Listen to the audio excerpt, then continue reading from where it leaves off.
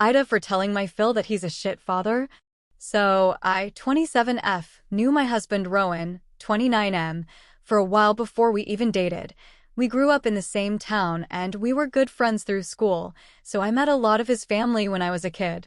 We lost contact for university, but then kind of talked again after, and then eventually dated and got married. When I was a kid, I always kind of thought that Rowan's dad was weird. I obviously didn't have much context for it then, but I always thought it. His mom passed away when Rowan was young, and he has one older brother, 40M, but obviously the age gap meant that they weren't very close for much of his childhood. I know that when Rowan was a teen he acted out, drank a lot with his friends, got into fights, didn't have good grades. I don't doubt that he was a difficult kid to raise, but I always thought that he was a good person, and still do. When we started dating, he told me about the reasons behind him acting out, that his father was always drinking or out, that he constantly told Rowan that he wasn't good enough, that he was a shit son, etc.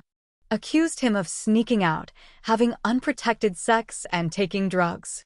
He constantly tore apart his room looking for incriminating things.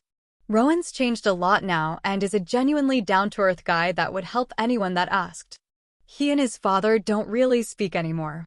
This was mainly due to a huge argument they had when Rowan was about 18, and his dad said that his mom would be really disappointed in him if she was still alive. That he was never going to amount to anything.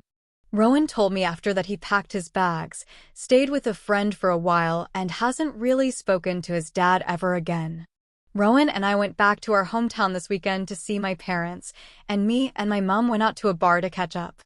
I immediately recognized his dad because he has a bunch of tattoos of random things on his neck and whatnot that I remember looking at as a kid, and he was standing next to me at the bar. We made eye contact, and he looked surprised, and said something to the effect of, "I heard you and Rowan got married." I'm surprised. He's always been a skirt chaser.